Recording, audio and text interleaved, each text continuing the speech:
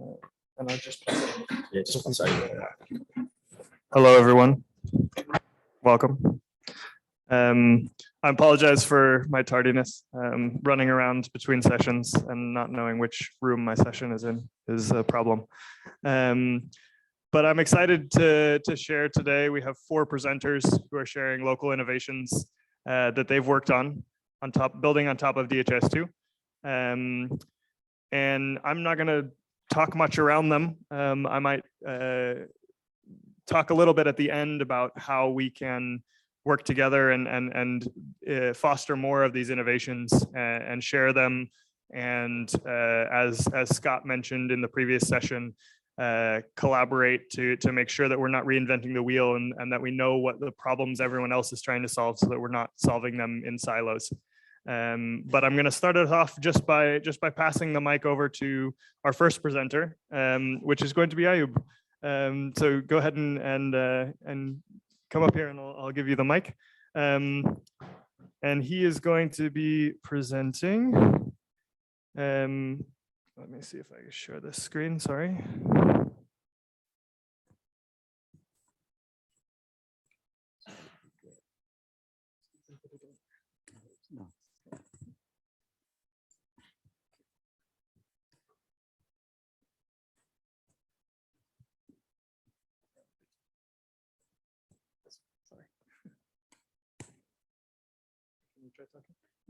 Hello. Yeah, great. And I will share my screen.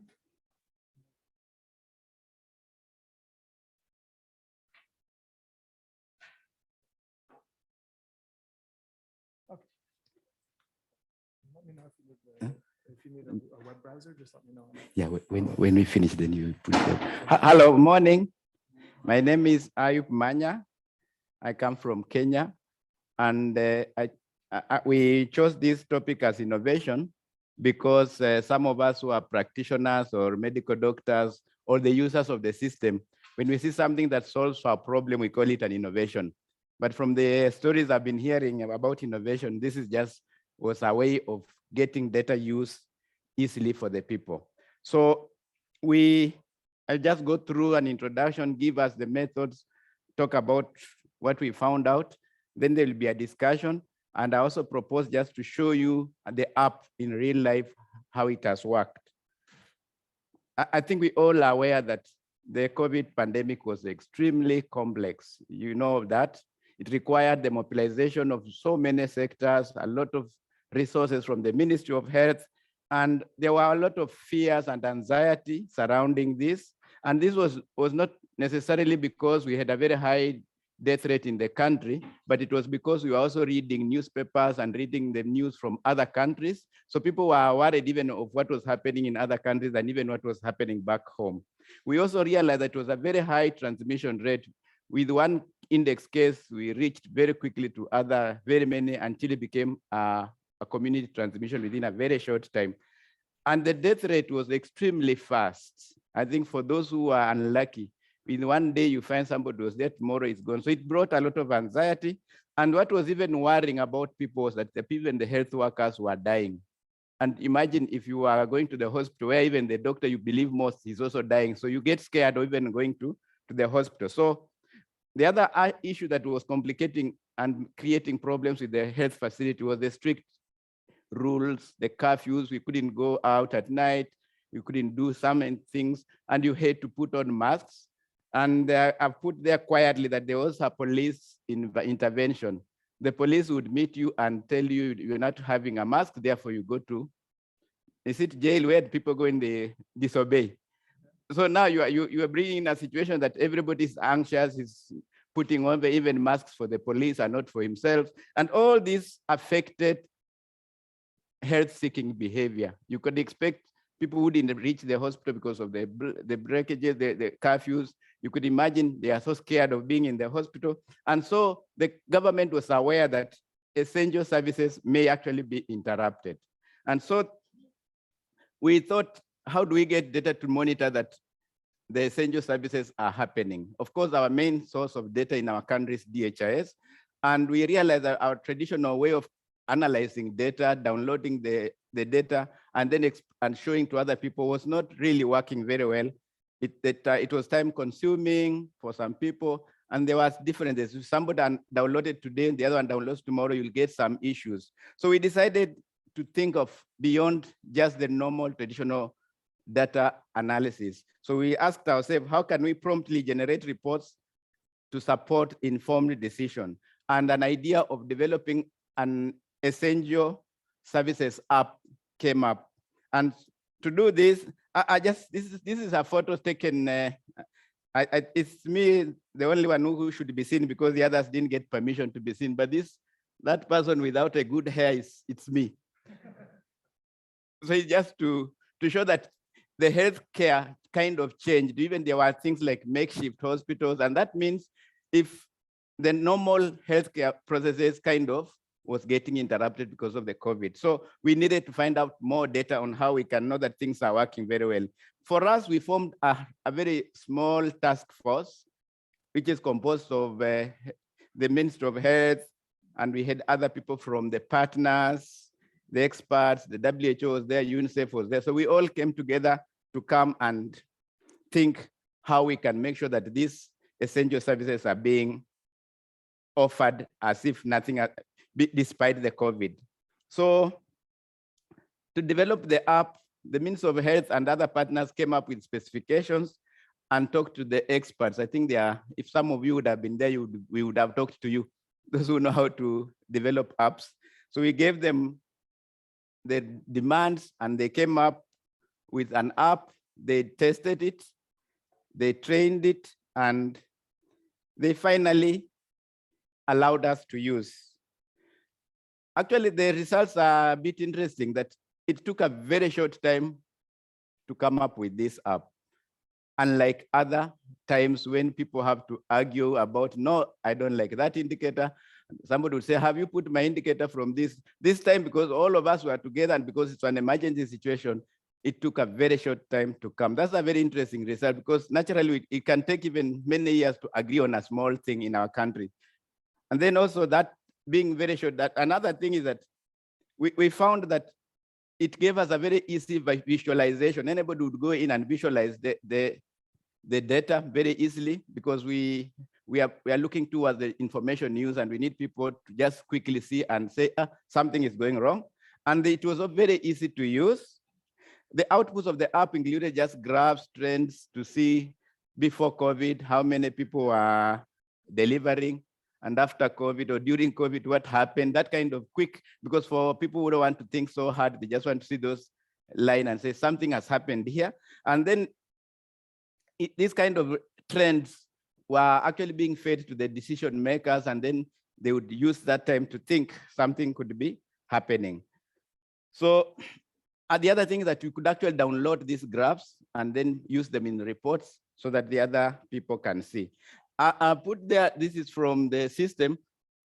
This one I put there just in case I don't show the live demo. This is one of the things that you would see immediately you log into the app. You see like this is, I think let me show you the other bigger one. It's the same, but now in a slightly bigger font so that you can see. For us, our COVID started in March 2020. And this is an outpatient visit. It just shows at least from that time, people were so scared and the people attending hospital just went down drastically. And then after people got used to it or people were given a lot of reassurance, now you can actually go, you find by March, a year after that, things were almost getting back to the pre-COVID situation. So this is just one area of outpatient, and outpatient is just where people just fall sick who are not extremely sick, isn't it? Like just a bit of, in our country, we call it malaria. If you have a small illness that is not so much, you just go to outpatient and get treatment. But now of that, most of them couldn't now access. So that is just one of the areas. Then you look, I just wanted to finish it before I quickly show you the live one. The most important thing is the flexibility. We all are aware of the system to accept new apps, which really didn't require a lot of programming. And then there was also a multi-sectoral approach. We have so many people coming together, all agreeing, and without the normal debates coming up, it helped us work very quickly, unlike other times. We also, with the app, the MOH provided promotional messages to the people. Please, if you are sick, just go. If you will get some services. So that's how you find things coming back to the normal. But of course, that is a simplistic way of looking at things. The normal care would have come back just because of other things. But for now, we know you have to attribute to what you have. But literally, we don't know. There are many other factors that may have affected. But since we have this app and we saw that we talked to people and the hospital care started going up, we can proudly take it, attribute it to that, but take it with a pinch of salt that life is not always a straight line. So there could be other factors, but at least we can say due to the talk, due to what, you may have seen some changes coming up. And so as we talk, the app, the fact that we could create this, a lot of requests came. Right now we are working on coming up with an app for TB, malaria, and other programs think if they did that, it would be useful. So in conclusion, it's just to show that collaborative and innovative application can actually be used in an emergency times to provide information for use because people want data. So I'll just quickly log in our system just to look at some of the areas. DHIS Kenya.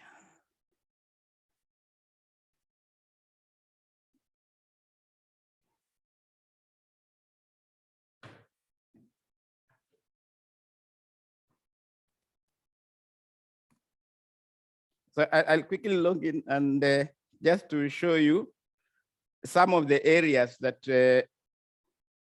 how the data was being viewed.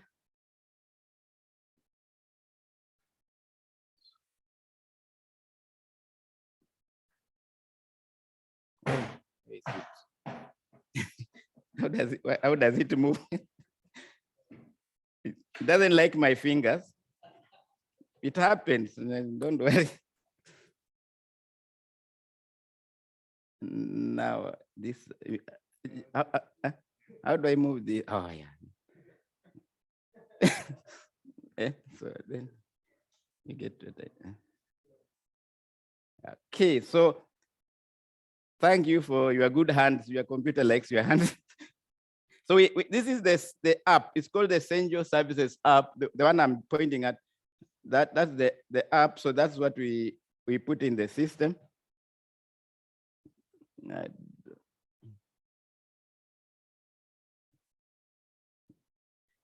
Yeah, so it's good. Do I make it slightly bigger or with control plus? With your control plus, make it a bit. Yeah, that's that. So essentially, this is what the app is showing almost on real time. Data is coming there. You can see maybe the latest, how many are there to date, 5,000, something like that. But what was important for some of us were actually the kind of trends that we wanted. If you take, for example, okay, again I move it. Don't worry. So this is, so it has so many. Where is it? Oh, just in the middle. Just one. Yeah. Just one. Okay. So this is the outpatient one I had shown you in just 2019, and this is now when the disease started March, it came down, but then by the next March it was going up, and then but now this is just now seasonal trends. But at least you can just watch quickly and see there's something. So during the lockdown, when people were staying at home, not going to work, schools were also closed. And then there was a hypothesis that now that the schools are closed, the pregnancies will increase in teenagers. And actually, this was actually advertised in the papers. People are writing, oh, now that the children are at home, they're getting more pregnant. So actually we put there, and we also wanted to look at the reproductive, because we had to put it there whether, did they really,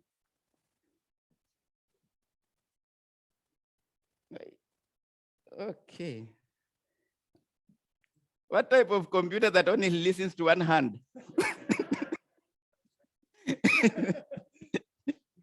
So you see, this is about reproduction. People are saying maybe now the children are at home, they'll get more pregnant, the teenagers. So we actually wanted to monitor. So I'll do this. This is This line is for 2019, the trend for 2019 of children, adolescent. So you see it's even the highest, isn't it? Then 2020 is not, that is 2020 is even low. So with this data, you are able to come up to say that actually maybe they were more worse when they were in school than when they were at home. And then and this is 2021, also even low. And then we even have 2022. So the point is just to disapprove that actually it may not be related to COVID, that because even 2019, when it was not that the adolescents still went to the hospital. There was also another one, which was there that about violence. You know, they also thought people staying together after staying away for long, there would be problem in violence. So also we put there as an indicator to now this one tab that I will make it smaller. This no, maybe we could make it smaller that we see the other tab. So we put in the interests. People are interested, the people who are interested in violence. So we put there communication and nutrition. That's nutrition, then communication. There's HIV, tuberculosis. There's violence. Is it further down? Maybe it could be further. Yeah, further down. Good. You are moving very well. Then stop. Yeah. So these are that's indicators to show has something changed now that you have, and this data is coming from our national. You've seen the violence. Yeah. So has it changed because of that? And so you see, you can if you put on, you'll see the year and see if there's any. So that is 2022. It's even higher. So 2019 was our baseline where you don't get 21. So you see whether it became worse or not. And this is just for the national. We can actually go further to see which county, which district. And incidentally, for the violence, you could see some places were not used to staying together. So you may find the violence actually went high, but nationally there wasn't so much. So there are quite a lot of things we put in, and this is just we are able to visualize. And now from there, make some scientific thinking and ideas that maybe we are blaming COVID for everything, while actually we shouldn't be blaming it for everything. So that is I just wanted to show you what the app is doing. And I think I would like to stop there for now. And those who are interested, we can log in and go further, drill more of some of the areas that are interesting from data that is coming routinely without the kind of research aspect. Thank you very much.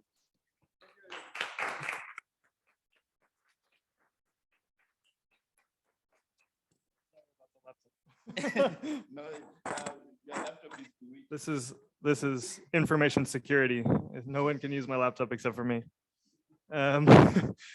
Next, I'd like to invite Vincent. Where did you go? Yes, to come up from the team at the University of Dar es Salaam to present an innovation as well. Let me get your presentation up here.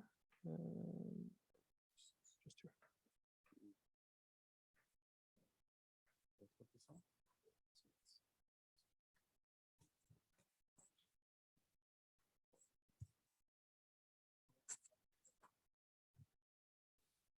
All right, good morning.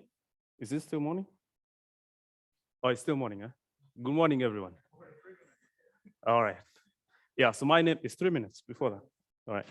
My name is Vincent Minde.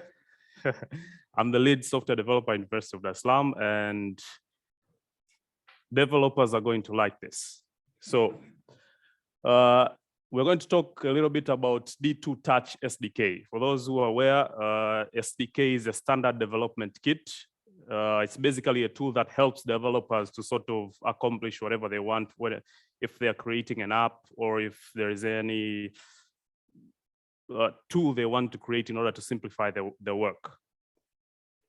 Yeah, so DHIS2Touch basically is inspired by the Android SDK. I think some of you are aware of this Android SDK, but this one we based it so much on the Flutter technology, and it has been used to deploy. The idea is to basically deploy it in Android application, iPhones, but even extend it to desktop applications and things like that. So basically, what drove us into creating the SDK? First of all, there was a background of using a framework called Ionic. For developers, I think you might have been aware of it. It was basically a platform that allows you to create apps for both Android and iOS. And we basically in Tanzania, we used it to create a dashboard that was used, by politicians and leaders to sort of visualize in their iPhones. Most of them wanted to use iPhones and iPads and things like that. So for us, it was a simple way to create something that can be used in multiple platforms in that way. Which basically it was driven by the need for data at the political level, who most of which like to use these different platforms and things like that. But another thing that drove us is the rapid adoption of the Flutter technology. Most of you might have been aware that Flutter is gaining a lot of, in the innovation space, is getting a lot of traction and things like that. And we have, at the University of Dar es Salaam, we have also been involving students in some of our innovations, and we realized that most of them are very much interested in using Flutter to accomplish whatever development activities they want. So to sort of nudge them into the DHIS2 platform, we sort of created something to help them sort of cope with the DHIS2 platform and things like that. And lastly, maybe it's just the need to expand the implementation across multiple platforms. We're also looking into how we can implement it on desktop applications. There is a lot of challenges we're facing, especially in Tanzania, when it comes to loading metadata and things like that. So some of those challenges we are looking into solving them in some kind of desktop application platform. So DHIS2, I mean, the D2 Touch is mainly made to complement the Android SDK for the most part. And the idea here is, as I said, we want to be able to write the code once and then be able to use it in a mobile application, in a web application, but also in a desktop application. So we are mainly focusing on multi-platform usage. And as I said before, what we've been doing in the Android SDK, for the most part, we have looked, in the D2 Touch SDK, we have looked a lot into what the Android SDK does. In fact, for those geeks who like to look at code, you'll realize if you enter into the code, most of the design patterns basically mimic the DHIS2 Android SDK. Typically, this is how the Android SDK works. It stays in the middle between the DHIS2 API and the application that the person is developing on the Android end. But the DHIS2 Touch itself, D2 Touch, basically instead of just Android applications there, you can pretty much put any other platform that you want to develop on top of the SDK. So as of now, these are basically the features that are provided with the SDK. There is offline tracker data capture, online data synchronization, offline program rule evaluations, offline event data capture, message conversations. You can use the notification APIs, for example. There is authentication, both basic and open authentication. You can also do offline aggregate data capture, and you can also do offline validation rule evaluation. Now, not all of the features are covered, mainly because, at our pace, we usually, while we are developing for other applications, we center around features that we are planning to sort of address at that moment in time. So that's why maybe some of the features aren't there. But those were, I think, were the crucial ones. Developers will agree with me in most of the applications that they use to develop. So the use cases as of now that have been used, we have IDSR. eIDSR is an electronic integrated disease surveillance response in the Tanzania mainland. There is a mobile app that has been developed, which basically it is used to report diseases, immediate diseases, and weekly diseases that need to be given attention at the level of the country. Maybe you're familiar with IBS and EBS. One is indicator-based surveillance, whereas actions are taken based on certain indicators that are of interest. And EBS event-based surveillance is events, usually when there are events, then actions need to be taken based on that event. So we have created mobile apps on top of the SDK using that, and it's now in rollout in Tanzania, and it's being used, giving us a very good platform to test it and things like that. And just after that, we also, there are other applications now on top of the SDK that are also being developed as we speak. One of it is community TB, which is basically used to report community data, tracker data in a sense. And then we're also working on IDSARA in Zanzibar as well, utilizing the same SDK. But also there's a mobile user support application that is also under development also using the SDK.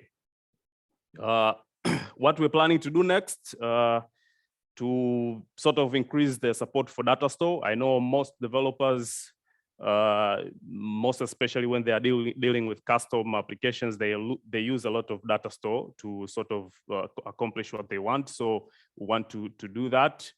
Also to handle the issues of visualization, and there is some cases where there are public portals that are needed to develop visualizations and things like that. We're also looking into adding visualization and analytics support. Also tracker relationships, something that has come up that we want to add. Uploading of files and images into data elements, and finally documentation. We already have a basic documentation, but people will be going through, I think you'll also find some discrepancies, which we are also planning to address in the near future.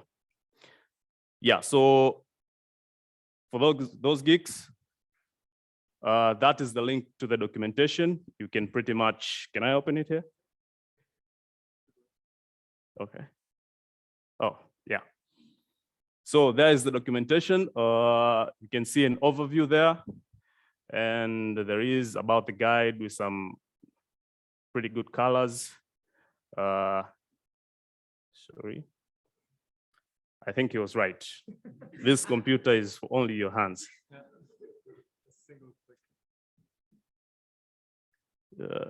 Getting started, okay.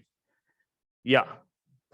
So for those geeks, simply that is how you can use the SDK.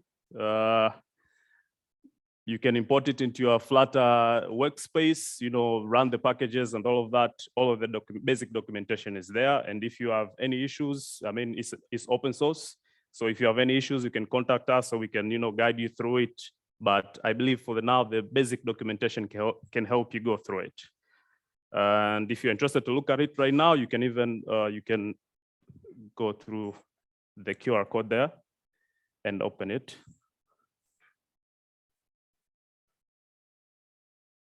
Are we done? See, the people are still taking it. Yeah.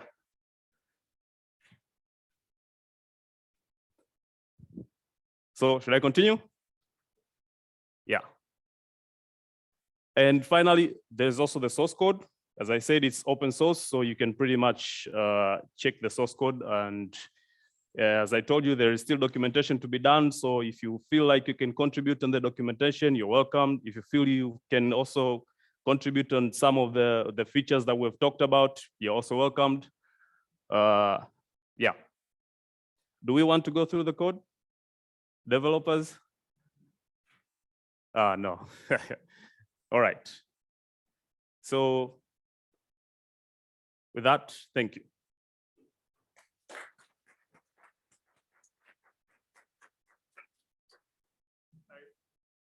We do actually have a little bit of time since we have 4 presentations, so I'm actually going to ask you a question and ask if you can address that. Sure.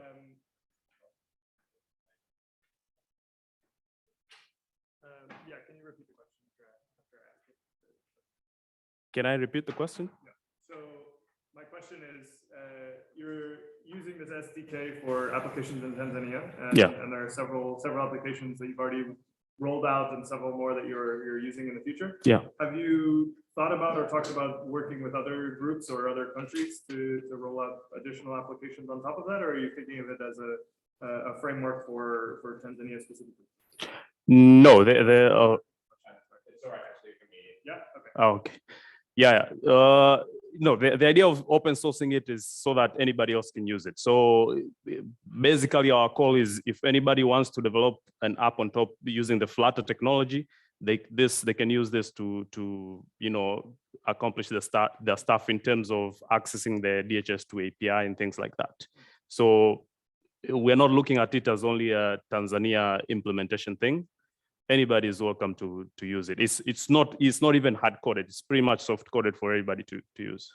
Yeah. Any other questions?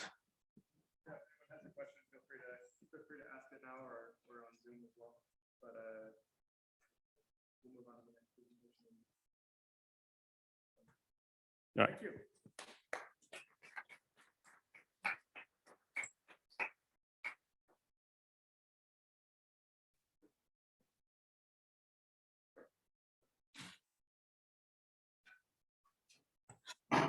Asante sana, Vincent. Next, we'll move on to the middle section is really for the geeks, as he says, as Vincent said. So next we have representatives who are going to it's changed.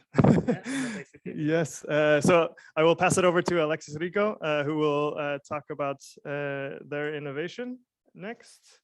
And I will make sure that I have the slides up. Top. Can you hear me now? We're testing the mics.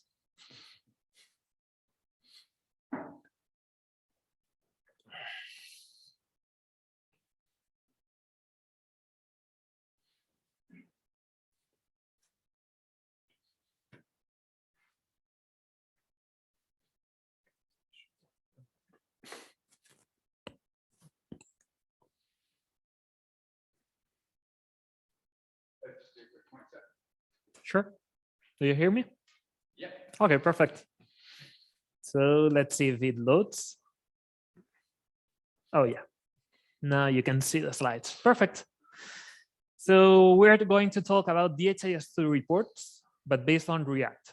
So before we begin, let me introduce myself and my colleague here, Adrian. I'm Alexis Rico. I'm a senior software engineer that I work currently at Zeta. Zeta is a serverless database company. It's nothing related to DHIS2. Well, at least nothing related to DHIS2 yet, because I have two interoperability applications that I can show you if you have interest on what Zeta is, what we do, how it feels like a spreadsheet, how it scales from 10 users to hundreds of thousand users. So if you have questions about what Zeta is, come find me and I can show you. But I'm going to speak about DHIS because I worked at ICT with Adrian for 3 years. And before that, I also worked at the Polytechnic University of Catalonia, working on DHIS2 with neglected tropical diseases. I was the original author of the bulk load application. I'm not sure if you have used it, bulk load. Metadata sync, one of the members of the team working on that. Training app, the application that won last Europe competition. I've been working on all those projects, and I've been glad to work with Adrian as he was my project manager, maybe the best project manager I've ever had. So I will let him introduce himself. Okay, so yeah, thank you, Alexis. My name is Adrian. I work as project manager at ICT, and well, we have basically built this tool. Alexis was one of the main developers. ICT, for you that don't know us, is a company that we basically build web and Android applications for DHIS and for other research centers. And we also do like DHIS implementation. So one of our principles that is similar to the way they work at the University of Oslo is that everything is open source for us. So you can find all our code at GitHub. And we try to make everything as generic as possible. So instead of building something for a particular client, we always try to be like a platform, that is the word these days, a platform or a tool that we can reuse. This that we are presenting today is actually a good example of something generic that we have been, well, we will show you in a second, but it has been used for many different clients. So I think the next slide is a little bit of context for you to know. So Alexis will explain you a little bit about reports in DHIS. Sure. So first of all, we are going to speak a lot about reports, but I'm not sure if you all know what a report is. A report is a piece of metadata that you find on DHIS2. So it's like a data set, a dashboard. It's the same on the API side. For a developer, it's actually completely the same. So it has sharing settings. But what makes a report different from other metadata pieces is that it shows an HTML page on the DHIS2 instance that you are on. So you can actually build a HTML page, show it inside another application, which is the report application, but without needing to build like a full-blown application that you are building. If you've gone to a DHIS2 instance, you can find the report application inside the header menu. It shows something like this. And to be clear, we're going to talk about standard reports here, which is a specific type of reports. You can add like different filters. You can add organization unit filters, period filters, and then upload the HTML report there. Now, let me ask you, how many of you before this presentation, did you know about what a report was? Okay, I see some hands. Now, how many of you have built a report? Okay, some new hands. That's great. Perfect. Now let's go to the requirements, and Adrian will explain about what we needed to do with reports. Yeah, so basically, I would like to talk a little bit about the motivation behind this tool and why we didn't go like for regular report in DHIS, like jQuery, that is what is actually the typical technology to use in report, and why we build something slightly different. So the kind of requirements that we were receiving from different clients is that they wanted to have really complex report with really complex logic and workflow. It's not only about visualizing data, but they wanted to do something else. On top of that, they wanted to have something nice from a visual point of view. So it was appealing. Everybody has access to what Google is doing right now, and everybody wants to have something similar. So it was difficult to maintain and difficult to build something appealing from a visual point of view with the actual technologies. And finally, is that they were not only interested on, as I said, view the data and analyze the data, but also on doing some other actions to the data. Okay, so they wanted to approve the data. They wanted to have the possibility of collecting the data and analyze the data at the same time. So in order to build this, what with the classical approach was not enough, let's say. So we start building, again, the same idea, a generic solution, an open source solution, where this works as a kind of engine, okay, this D2 report, and we can use this engine to build like different reports. And all the time talking about reports, but you will see, and Alexis will show you later on, that this is much more than a report, okay? It provides like some other capabilities. So a little bit of history about how we built this. So we started with this D2 report tool. The first use that we do, where we actually use this tool was for a WHO department, that is the Health Workforce Department. And we built a report that, again, Alexis will show you later on, to visualize the comment. As you know, the comments for aggregated in the DHIS are a little bit hidden. So you need to double click in the input data. It's not something easy to access, and they need to show it in a table to be able to view all the comments from a data set in a table and to interact with them. The next use for this tool was again for the Health Workforce, and in this case was a data status report. So they want to have, again, a table, a nice layout to visualize if the data sets were complete or the actual status, and not only to visualize, but to complete the data set from that table. The next use was for a different client, was an American client that is Samaritan Spurs, and in particular for a project that is Operation Christmas Child.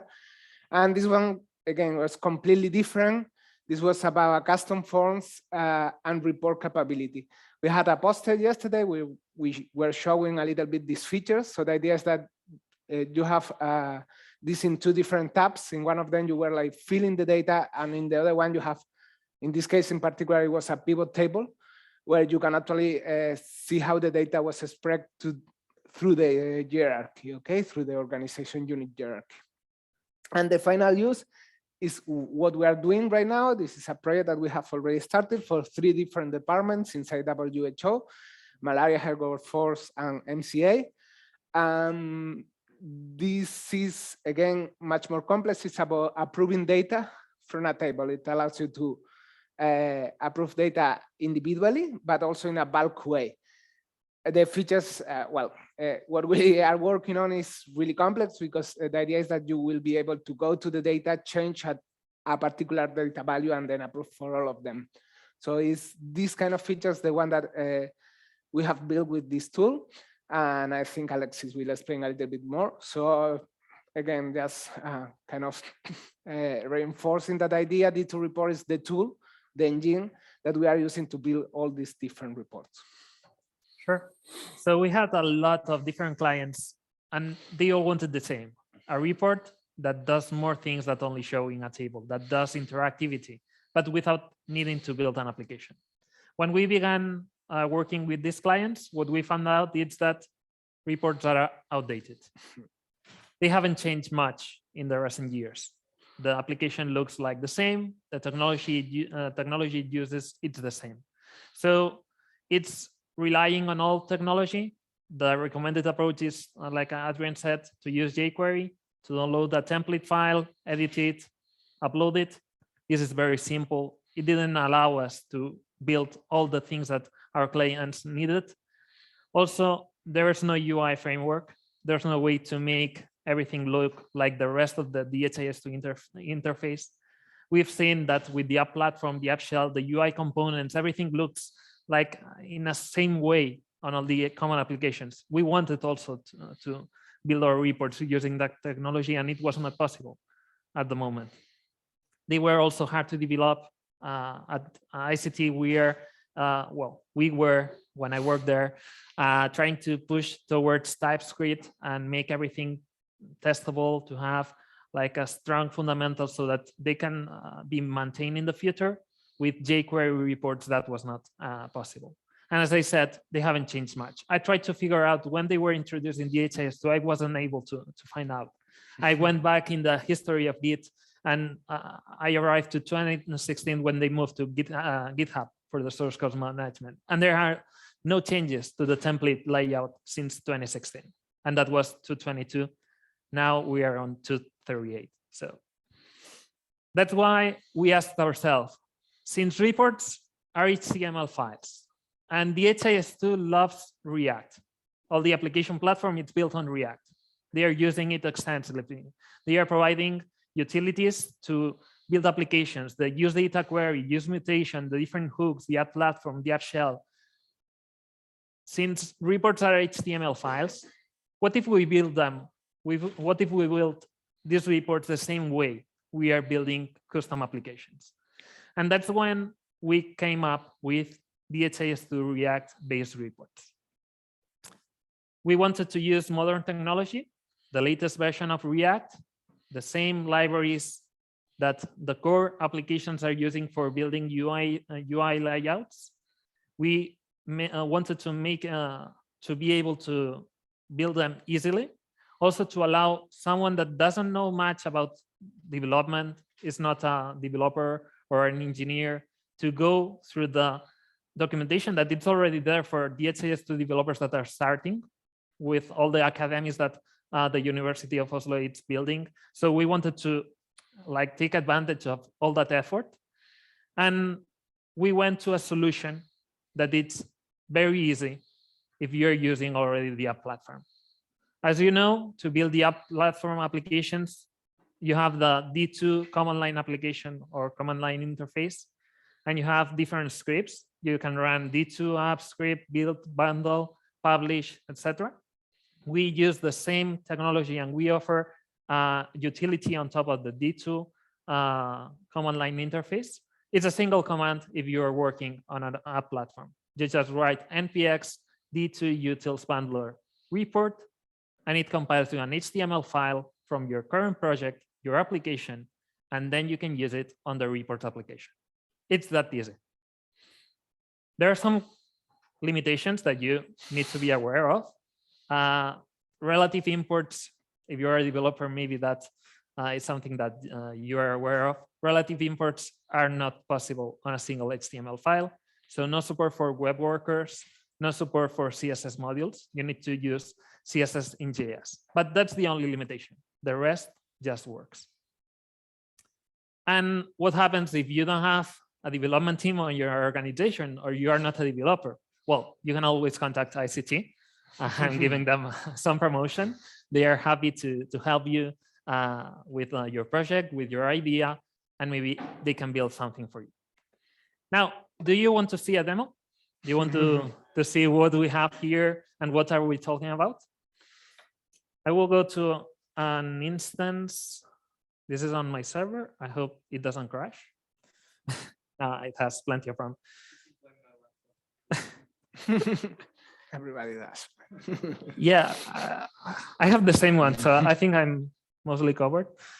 So yeah, no. So I'm going to the report application. I have some standard reports already uploaded. I'm not sure if I'm going to show all of them.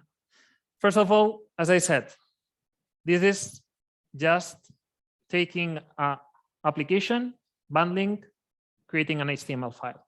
So this is actually the same sample that you have on the web page for DHIS2 developers. I just removed the header bar on top because you don't want to have two header bars.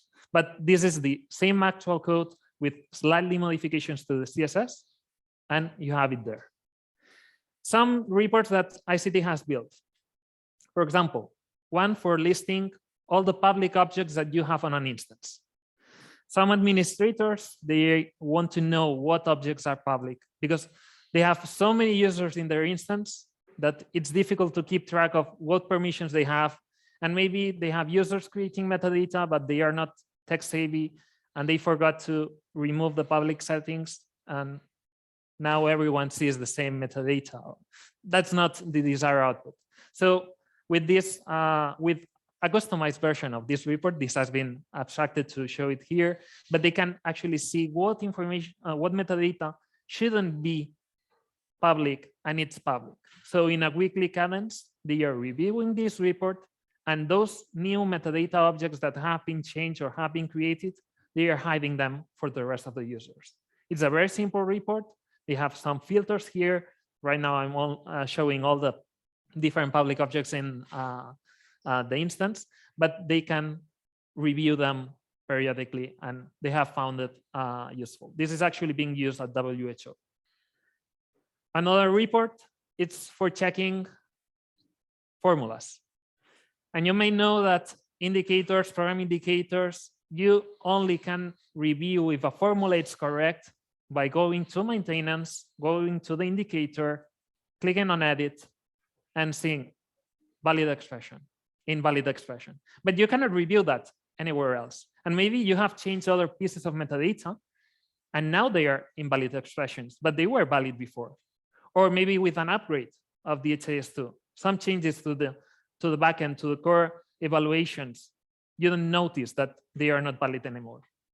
This report, it's actually showing that on the official Play instance, they have already 20 program indicators that are not valid. So let's take a look at them. We can increase the columns shown here. Is it a valid expression? Is it a valid filter? And it's telling me that the BMI, for example, has an invalid filter. The height, weight, and age has a valid expression, but invalid filter. So you can actually review them, go now to maintenance, only to these ones, fix the expression, everything is fixed. Let's go back to another one, data approval. This is the one that they are working to improve to add bulk capabilities, but this is like the original version that we created for different clients. This is showing that multiple approval workflows that you have on your system. It's showing you all the periods and organization units that have reported data with a set of filters so that management can filter down and say, okay, in this area, in this region, who has entered data for last year? For example, they are in a reporting stage. Who has entered data? What data is completed on the data set level? What data has been approved or not? But this is more interactive than only showing data. You have contextual actions here.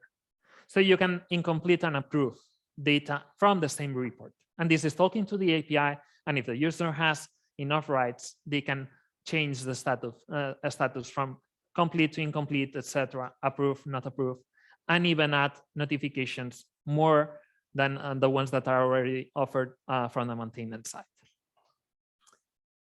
Okay, that's great. But do you know what else on DHIS2 looks like a report? But it's not a report. It's an HTML file that you can upload. Anyone has a solution for that? And do you know? Data entry forms, that's right. So let's go to data entry. Okay, I'm going to data entry. This is a really old application too. I know that they are working to improve it, and maybe in the future they even merge it with Capture. But something cool, it's data entry forms. Now let's go to a facility where I have assigned one of the programs, HIV Care Monthly. I'm not sure if you, well, the screen zoom, it's fine or not. I'm going to HIV Care Monthly, go for a period. And now, instead of showing their normal data entry form, I have a React application here using the same technology of D2 reports. This is just a mock-up, but it works. So let's go. If you can see, I don't only have like the different fields to enter data. I have a dashboard together with the data entry. So in real time, without having an indicator, I can preview how does it look when I change data. So I can change data here, and my visualization is updating just below. And I can even change from one facility to the other and see the different trends between a location or the other. And I can even change the period, and I see if the trend has changed from 1 month to the other. This is what's possible with the technology. This is what's possible with building more advanced React-based reports. And this is it. I hope that you've liked. And if you have any questions, please feel free to ask them.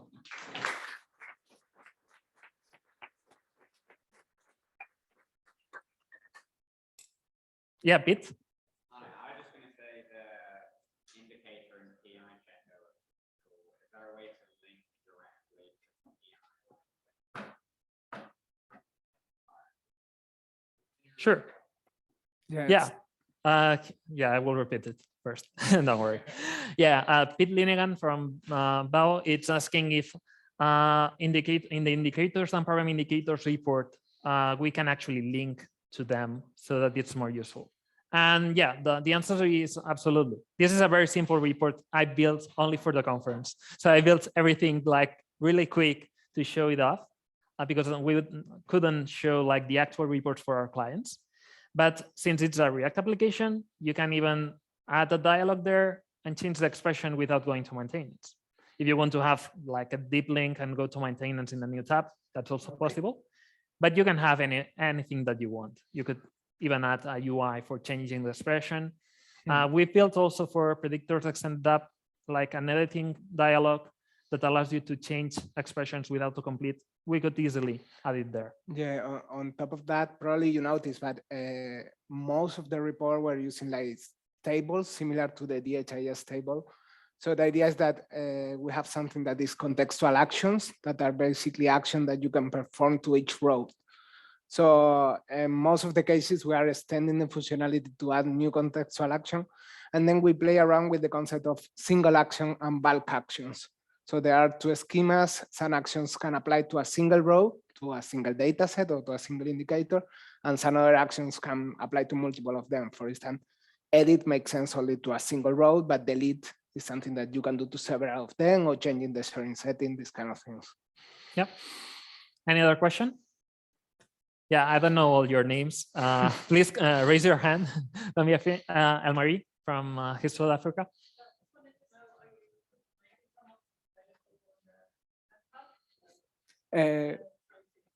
No, we haven't made it available yet.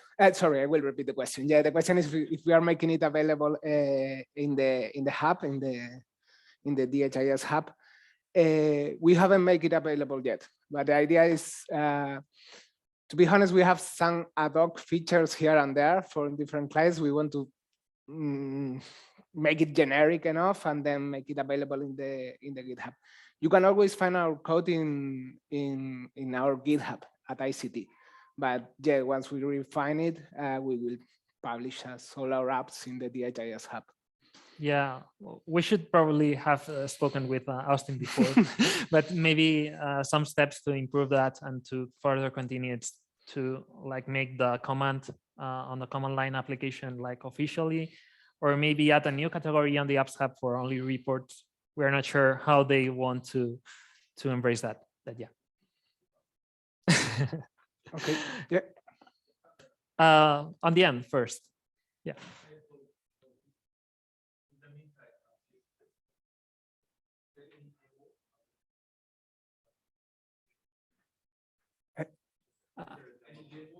Demo.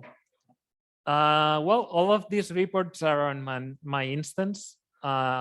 It's admin district, so you can copy the URL and enter if you want to play with them. Just keep in mind, they are not actual real world reports. They are like dummy reports built for the conference. But Maybe you could share that on the community. sure. Yeah, I will add the links on the community practice. We do have to move on to the Okay. more presentation, and then we'll see how much time we have at the end. Perfect. But maybe you could address the question that's on the. Yeah, the question is that if we can add category option combos for data sets. Yeah, we can do it. It's a little bit the same idea. Yeah, so basically everything can be added, but we need to do it. That's the thing. Okay, thank you very much.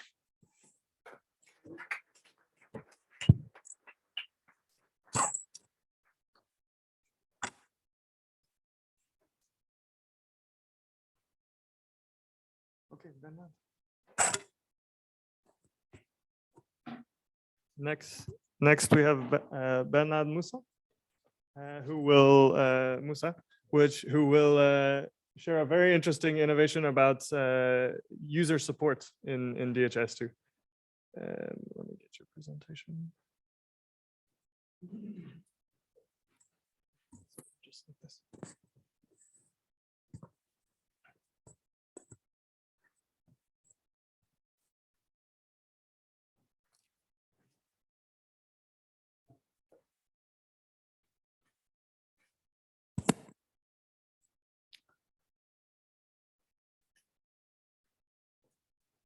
Yes.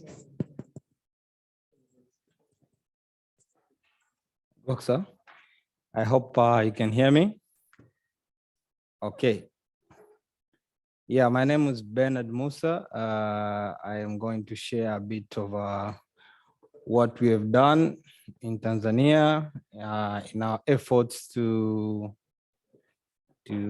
strengthen user support in DHIS2. So we have what is called we have decentralized user support in DHIS2, and this for in particular case of HMIS support in Tanzania. Yeah, so a bit of a background to put a little bit of context. In Tanzania, DHIS2 as a HMIS platform has been used since 2010, and it is mostly collecting routine health service data from health facilities, both private and public. And this data is captured, some are captured directly from the facility, health facilities, but some are summarized at facility and being entered at the district level. So we have over 8,000 health facilities across 184 districts and in 26 regions. And over time, as people were continuing to use DHIS2, a lot of things have been added within, a lot of programs and other tools which are there.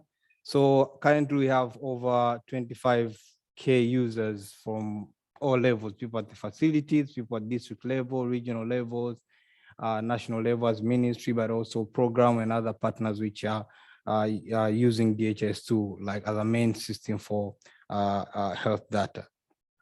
So with that, it means it requires a kind of a coordinated way to provide support to users in different levels, depending on the need. So some need of capacity building in terms of how to use report, how to analyze data, some on how to, improve dashboards and create dashboard.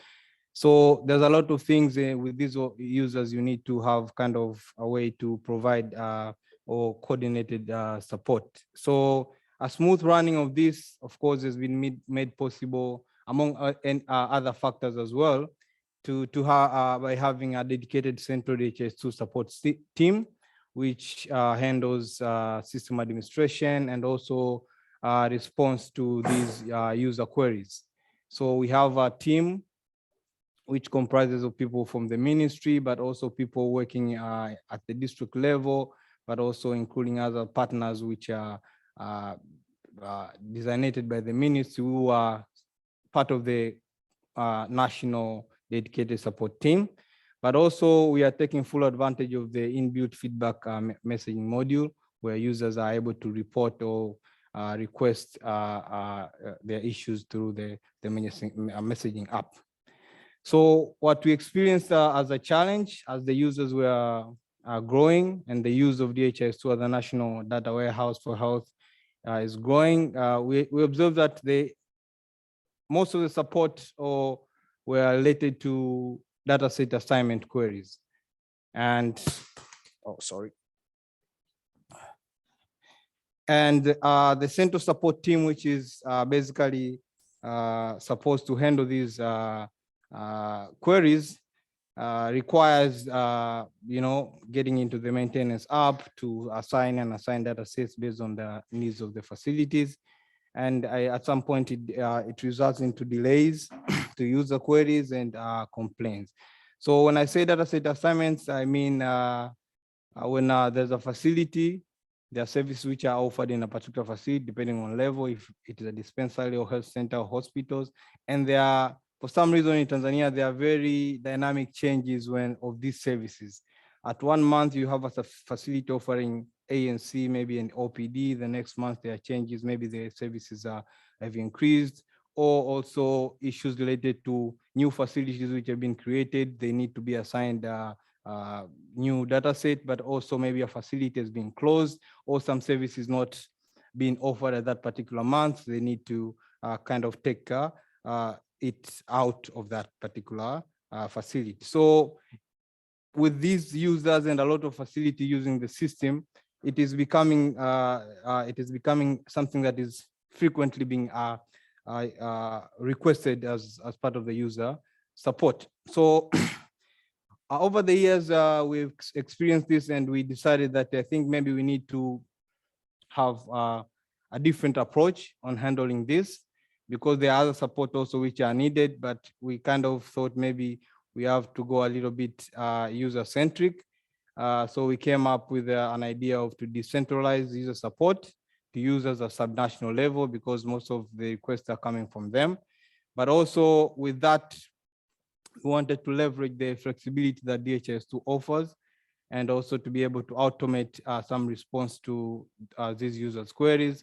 But of course, ultimately, we want to be able to be a team where we can improve the time that we respond to user queries and avoid any complaints. So the team at the University of Dar es Salaam developed this DHIS2 custom app, which is called a user support app, which now allows these subnational users to initiate requests. So at first, where they would go to the feedback messaging, they would write, maybe I want data set A, B, and C to be added to facility A, B, and C. Okay, so as a support team, we will need to also go to the application, the feedback, and see the message, go to the maintenance and assign one facility of the other, or unassign facility based on the request. So you can imagine the process that was involved to deal with a lot of users doing that. So the app is basically trying to, I say automate, but somehow semi-automate the process by ensuring that the users are able to make the requests, specific requests, because in the messaging, you need to read through the text. So there are issues of languages and everything that might be misinterpreted, but also the central team to be able to easily approve or reject any request related to assignment, but also to have some sort of notification, which is to users when they, when they write the request for maybe assigning of a data set to a facility, they will when you do that assignment, you need to write it back, and they'll also need to check if my request has been done or not. So we added some notifications so that it is easy to say your request has been attended or not. So key features of the app. It's a plug and play DHIS2 custom app. It is generic enough to be at least adapted for now, although it is not, does not a lot of features, but it allows automated requests for multiple data set assignment to one facility. So this is particularly the case where maybe you have a new facility which has been added to the system, and you have to add data set for the service that is offered for that facility. So you need to add multiple data set to one facility, but also automated requests for one data set assignment for multiple health facility. This is in the case where maybe you have added a new collection tool. As programs are coming in, new collection tools are coming in. So you might have one data set which needs to be added to multiple health facilities, but also ability to view pending user requests, easily view requests related to data set assignment, approve or reject. And when we reject, you usually give a reason why you have rejected, but also alert for potential invalidity, request or potential for rejection. Things like maybe a user is somehow or maybe mistakenly selected all the data sets for one facility, and that request comes, you kind of question if this is okay or not. So we have a simple workflow for a subnational user, where now it's easy within the app. Now they can just go and select if this is something related to a new facility, is it related to a new data set, and they can do the request, select the facilities or a data set, and apply to the request. So this is a bit simpler. They don't have to go right down on the messaging.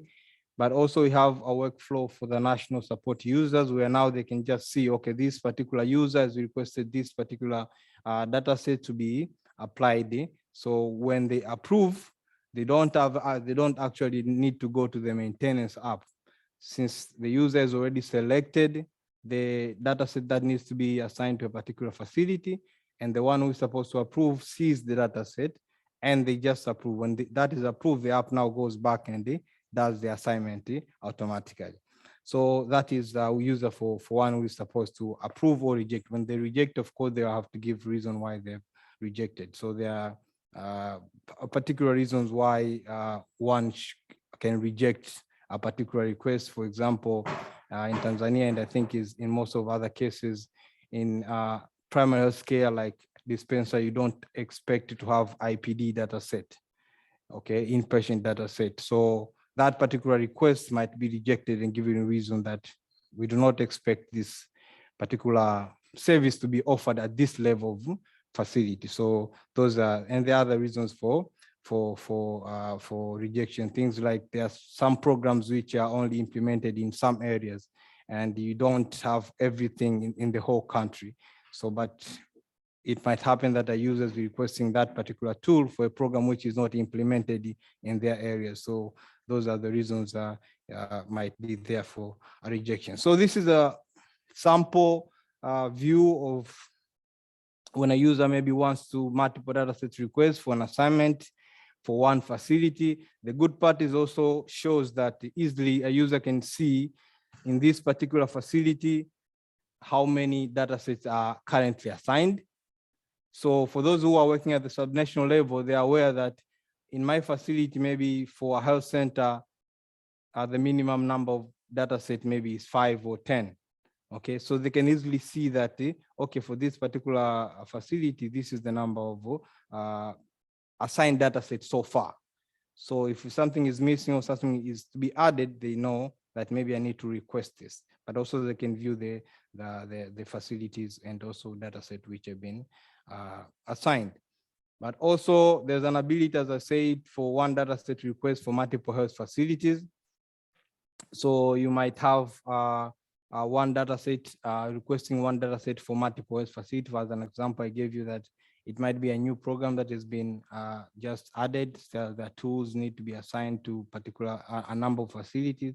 So we've given the ability for subnational user to do such a request, and for the support team to be able to respond to such a request. But also, as I said, when a request is rejected, you have to give reasons why you've rejected, and actually the reason goes back to the user side, the one who requested, and they can see why their request has been rejected, and also they can make another request or provide any, it's kind of a commenting ability to provide any explanation on why maybe the request is valid or not. But also, as I said, it provides alerts for potential invalid requests. One of that is, for instance, here you have a dispenser requesting data sets for almost all data set to be assigned to a particular facility. So this is, it provides some sort of alert here for the one who is supposed to approve. Maybe they should go an extra mile and confirm this is a correct request or not. And that can be done by rejecting and giving the reasons for why you're rejecting and things like that. As I said, this support team has people from also subnational level who understand the mechanics or the way things work down there, but also people at the ministry level who usually related to knowing where a particular program is being implemented, but also us as a team which is providing technical support to the ministry, also within this particular application or support team. So as achievement, I think as far as what the app does right now, it has transformed user requests regarding dataset assignments for areas where the service has been started or stopped. It very much simplified that. And as I said, there's a huge volume of facilities and dynamics related to datasets or reporting tools. And of course, we could not allow the maintenance app to be accessed by people who are at the lower level, just to maintain to be able to have control of what is being changed in terms of metadata and other areas within the application. And this has been made faster and easier by the app. Response time, it has gone to almost instantly, because now the one is supporting is just seeing a notification that a particular facility wants this data set. They say approve. When it is approved, then that is it. The message goes to the one who requested and the process ends there. You don't have to, everyone goes to the maintenance app and start assigning one facility after another. So that is how we've tried to do it. But also it has relieved now the technical team from this particular task, which was becoming overwhelming, and also give them time to concentrate on other also technical support that is actually needed to be done by this team. So this part is it's been easy, and now you can train anyone to be able to use this particular app to provide support. So you probably have an ability to build more capacity for more users to be able to be part of the team which provides support, because this is kind of straightforward on how you can provide support. So next step, as far as the app is concerned, I think the features, as I said, mostly right now is related to dataset assignment, but we are seeing opportunity to improve and add more features in the app, where we want to leverage the flexibility available within the DHIS2 to be able to automate most of the tasks related to support. New features which we are currently under development, and I think Vincent also mentioned this, we want also to make this in a mobile app. We have a student club there, DHS student club. We're giving tasks like this to, or challenge like this to students where they can contribute also. So we want to have a mobile app for this, but also we have to add features like automation of requests for validation rules. So the process of creating validation rules was kind of centralized, but now we are seeing that there are some of validation rules which could be more relevant for people who are working at subnational level, and we want to give them the ability to be able to initiate requests to create this particular validation rules, and be able for the central team to approve such validation rules, which such as a similar way like we've done for dataset assignment. But also we need to, I think we're thinking of putting some intelligence within the app to be a little bit smart, so that you can automate or auto-reject some of the requests which are, you are sure that these are invalid requests, like the one I mentioned that you do not expect to have an inpatient form assigned to a dispensary. So these should be outrightly rejected while the user is trying to make a request. But for now, it's not there. And possibly we'll add a few other features as we continue to see how it is being used. For now, this is being rolled out, and is one of the application which was very greatly appreciated by the community, because we have a community of HMIS focal person from all levels, and we have a WhatsApp group which we usually communicate, and this is one of the app which is very much being celebrated within the community, and they are seeing now that the response time, because the main issue was they requested for form to be added, but it takes a long time. But now things are a bit easier and faster. So thank you very much. That is what I wanted to share. Yeah.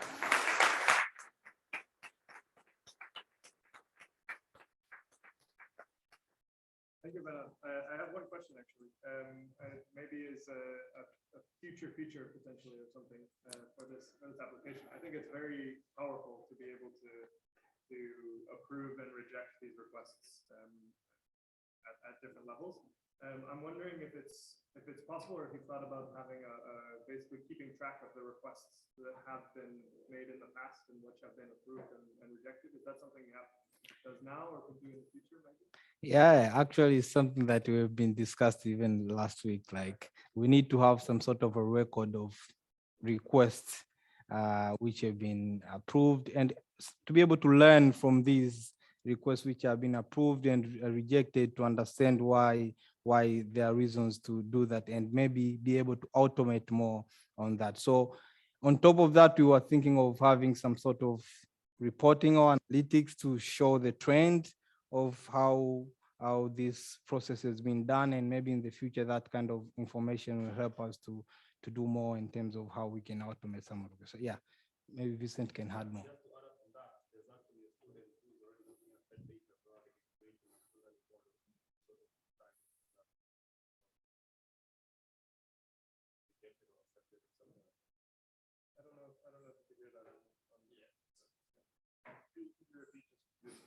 Yeah, so yeah, in addition to what I said, Vincent just mentioned that we have tasked one of the students within the DHIS2 club to work on a machine learning model, which will be able to learn from what has been done and be able to maybe predict some of the issues which will come in the future. And so that will be part of the app. Yeah. Yes.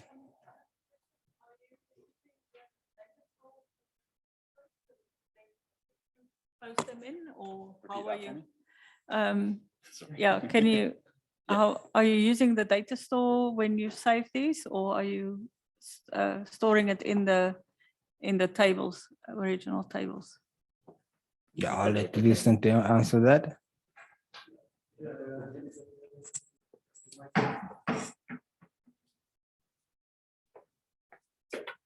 Yeah, so the requests are initially put in the data store, and when the user selects, I want this maybe form to be assigned in this organization unit, that request first is stored in the data store, and then when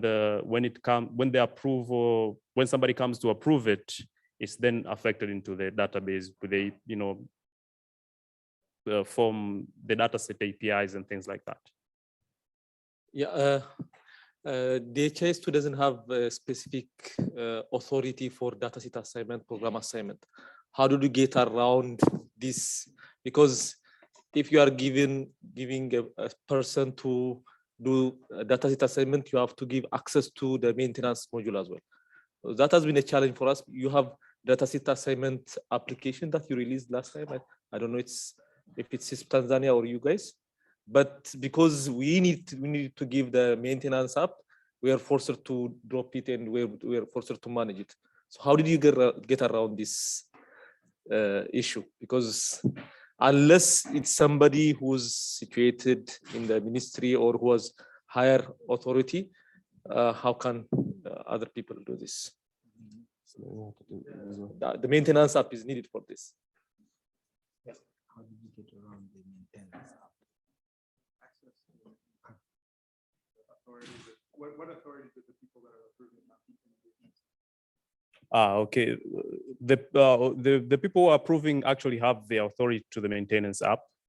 So they basically have the authority to go into the maintenance app and assign forms and organization units and all of that.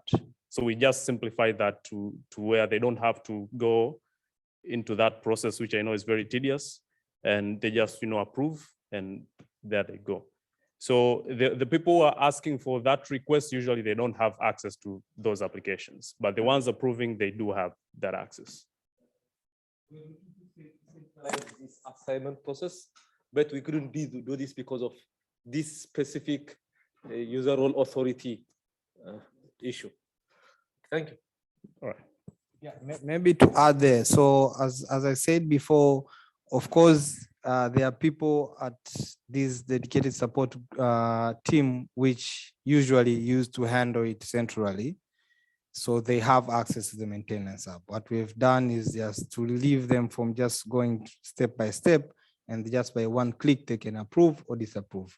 So when they get requests from the lower levels or the subnational level, they are able to see what has been accessed and just click for approval or reject. So I think the idea is you can't really get rid of the team that is supposed to be able to access the maintenance app that you cannot completely, I don't think you can completely get rid of that, but at least you can have, maybe if it's a bigger team, you can have a small team which is able to do a lot because it's just a simple process being simplified like this.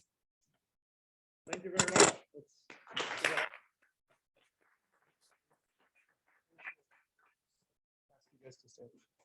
And can you guys all come up? You as well. We're wrapping up now, but I just want to invite all of our presenters up here to say thank you. Asante sana, gracias. Thank you very much. Tusen tak.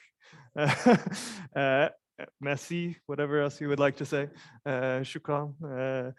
Thank you all very much. Big round of applause. And thank you for all your work. Looking forward to working together as a whole community to share these innovations more. Thank you all for joining.